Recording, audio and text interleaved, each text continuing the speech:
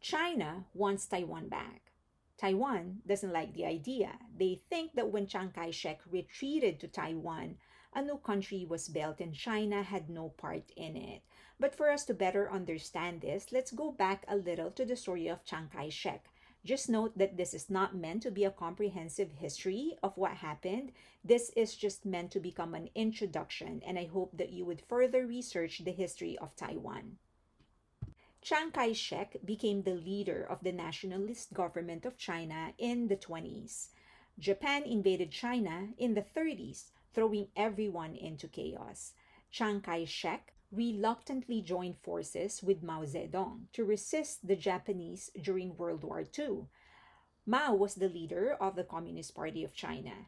After Japan's defeat in 1945, Mao's party got stronger. China retreated to Taiwan, building Taiwan.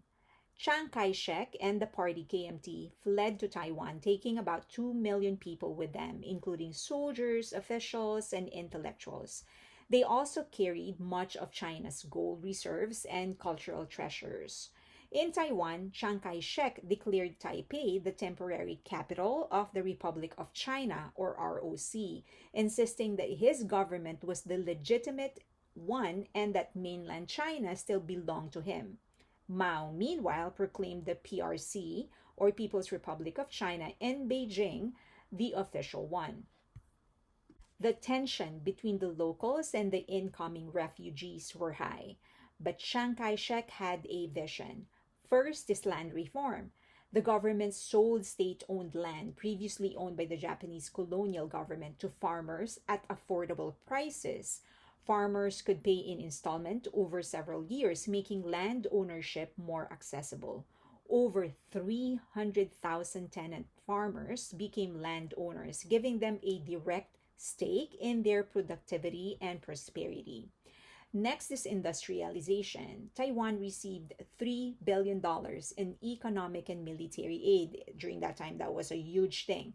That came from the US. Taiwan used the funds to build infrastructure like highways, power plants, and others to promote industries. Chiang Kai shek smartly channeled this aid into long term economic projects rather than just military spending, a move that set Taiwan apart from other US backed regimes. The land reform freed up labor. The government strategically focused on light industries first, like textile and food processing, to absorb this labor force. Cheap, skilled, and disciplined labor became the backbone of Taiwan's manufacturing sector. Once they mastered light industries, they developed heavy industries like steel, petrochemicals, and high tech manufacturing like electronics in the 1970s and the 80s. And lastly, they went heavy in education and infrastructure. Schools were built, literacy improved, and the foundation of Taiwan's tech industry was laid. Martial law. While Chiang Kai shek modernized Taiwan, he ruled with an iron fist. Martial law was imposed from 1949 and it stayed in place for 38 years. After Chiang's death in 1975, his son, Chiang Ching-kuo, succeeded him. Initially, he followed his father's authoritarian footsteps, but as Taiwan grew wealthier and more modern, pressures for democracy mounted. In 1987, Chiang Ching-kuo made a bold decision. He lifted martial law, allowing for political liberalization and paving the way for Taiwan to transition into a vibrant democracy. Now, this is not the only reason China is claiming Taiwan. It actually goes back to history. Taiwan was under Chinese rule during the Qing Dynasty, but was ceded to Japan after the First Sino-Japanese War in 1895. When Japan lost World War II, Taiwan was actually returned to China. However, with the split between the PRC and the ROC after Civil War, there was a struggle on who was the legitimate government.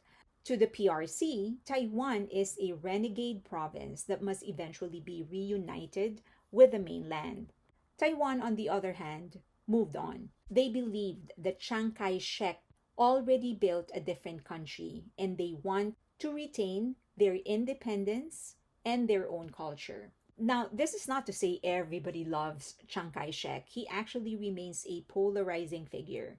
To some, he's a hero who preserved Chinese traditions in Taiwan and transformed the island into a thriving economy. But to others, he's an authoritarian who ruled with brutality and suppressed freedoms.